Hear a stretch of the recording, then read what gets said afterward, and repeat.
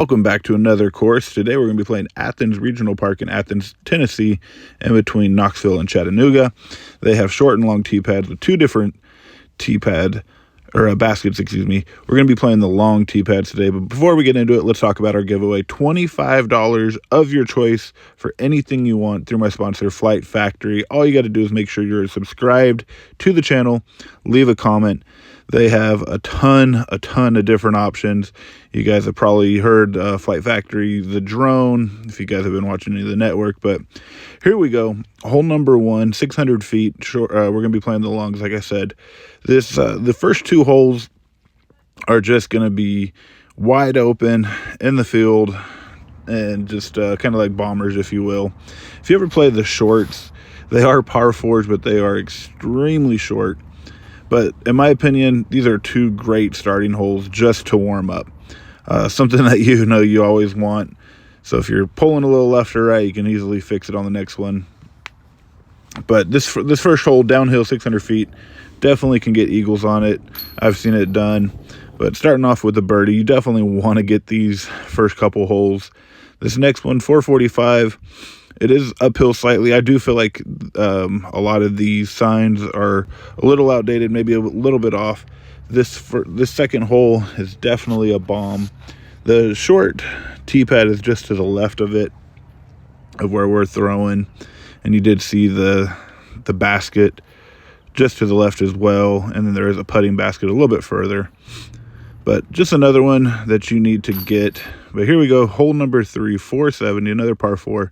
This is going to be the first one that will obviously challenge you a little bit. You want to get it through this gap. There is a creek to the right, which is OB. You can also play up on top of this hill. I always like to try to hit the gap. But my biggest complaint about this course is that sign placement on the short tee pad. It is right in the middle of where you're trying to throw. And that's really going to be like my only major complaint. I wish somebody would move that sign just to the right, closer to the creek so it's out of the way.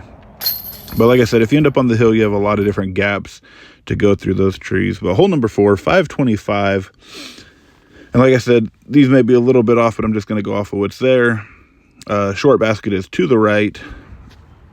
So this one, I've seen people throw big forehands over the trees. I've seen rollers. I'm just going to be throwing something right down the middle. That's typically what I like to do if I'm playing to the long. If I'm playing to the short, I like to throw the forehand from there. But this is one of those, these first 4 par 4s are definitely ones that you want to get fairly easy. So hole number 5, 495, going to be crossing this little pond here. Now, where I'm zooming in, that is a peninsula right there, so there is water behind it as well. So you got to make sure that you clear it. I like to aim for the biggest tree that you can see there and land behind it, just kind of hyzering in. I've seen different plays on this one as well, kind of like playing that forehand. But I do like the hyzer and just aim for the biggest tree that you can see right there in the middle. Going to set you up nicely. If you can throw a forehand a little bit lower than mine, you would have been parked. But ended up just a little bit high on that one. So putting for my birdie, just came up short. So tapping out for that one. So hole number 6, 405. This one on UDisc is a par 4, I believe. A lot of tournaments play this as a 4, but it has a 3 on the sign. So this one, as a right-handed player, I like to throw a big hyzer and just kind of lay up and take a 3 on this one.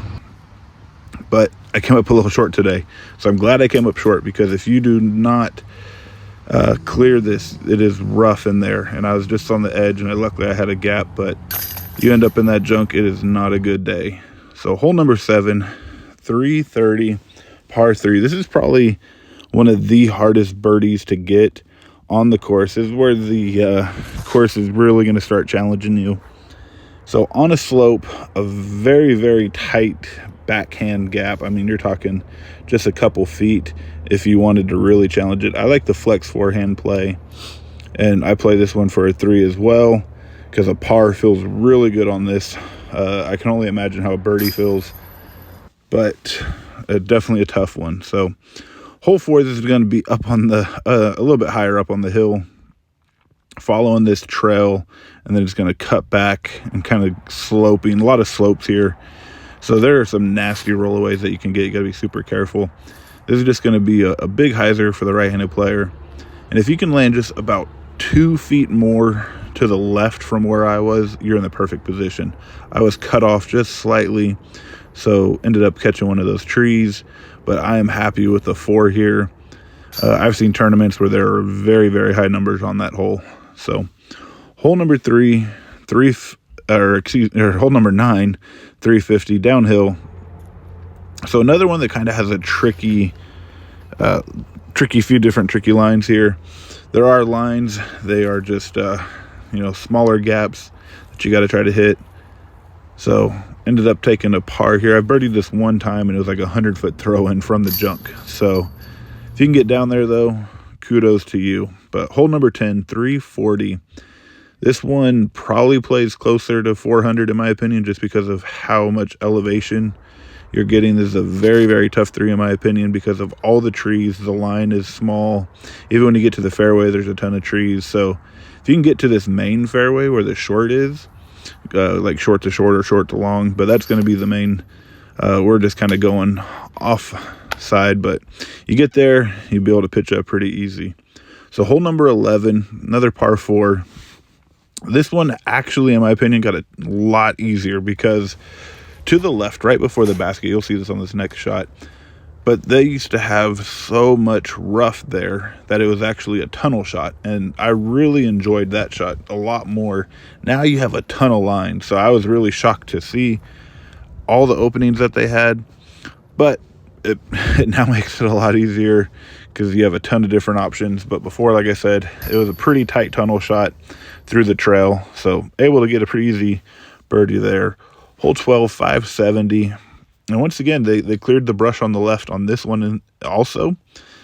I still do throw the normal hyzer play, but if you look to the left, you're going to be able to see some gaps there. I tried throwing a roller, forehand, but, it is a little tight. You can, with a little bit of work, I feel like you could get a lot further than the backhand hyzer play just out to the opening. So ended up leaking it a little too far right. Had a putt from circle 2, and really just a good layup there. So hole 13, 500 feet. Like I said, some of these pars and numbers, it is what it is. You can be on either side if pars don't matter, things like that. It's all about your score, whatever it is. This one normally does play as a 3 in tournament, though. So I really enjoy the forehand on this one, just playing towards the short basket. I feel like throwing the backhand, if you catch any of those trees, you're going to end up in the junk. So it's not my favorite to do. That's just one of those ones that I play for a 3 on. So hole number 4, this is going to be a long uphill bomber hole, 600 and some change. So really, you just get to grip and rip. And that's what I love about this course. I mean, it is so technical in the woods, but you have these long bomber holes. Athens is a course to where you will become a better player. Even if you're just playing the short to short, it is such a great course for beginners. They did a great job on designing it for beginners. But even the higher level players playing long to long, even long to short, can be very challenging too. So a great course design overall, and great use of the property. So you're away from everybody when you're playing. You never really have to deal with anyone. So this next one, going downhill, just once again another bomber hole. This is the first one where actually the word OB will kind of come into play. This road is OB for all of the holes that interact with it. But if you can kind of hyzer in between those trees like I did just now, you're going to be in a great spot. And I was really happy with my putting today, except right here, airball. So that was the first big miss for me. Felt really good with it, but it is what it is. So here we go. Another par 4, 735 feet. This one is a beast of a hole.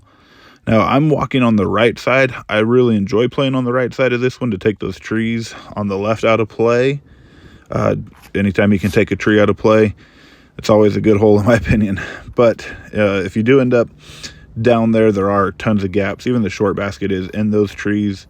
long basket is past the tree, so that's why I prefer to play with, on the right side. Now, the second tree is actually the one that you want to aim for. I was aiming for the first tree, totally forgot where this pin was. So if you are ever playing it, and use that second tree as your marker. I did come up short on that one. Hole 17, 660. Now, this is another one to where I personally prefer playing to the right side. I know you can, the short makes you kind of play on the left side. You can still have a hyzer, but this is kind of really cheating the hole that we are playing it. I feel like if they wanted you to play this the way they designed it, they'd probably put a Mando. But really just that hyzer up through the gap, you bring the road into play with that OB, but I mean, anything that'll come back to the left for you is going to be great. So aim past the tree. Once again, my depth perception was a little off there. But if you do go to the left, there's a steep hill. I've seen some really bad rollaways. I've had bad rollaways there, playing to the short basket. So just be cautious of that. But hole 18, this long to long is one of my favorite finishing holes. But once again, if you're watching this for the first time and you haven't played Athens in a while, they cleared the brush out on the left. This used to be another excellent gap shot that you had to hit, and they took it out. I don't know why they did it, but they did. So all of those trees right there to the left had a bunch of underbrush on it, and the main gap that I just threw was what you had to hit, and it was excellent. But they made this a lot easier now. Overall, like I said, Athens is a phenomenal course. My only complaint is the T sign on hole 3, but 7 under on long to longs, I would take that any day. If you guys get a chance to check this out, you'll definitely fall in love with this course. Thanks for watching.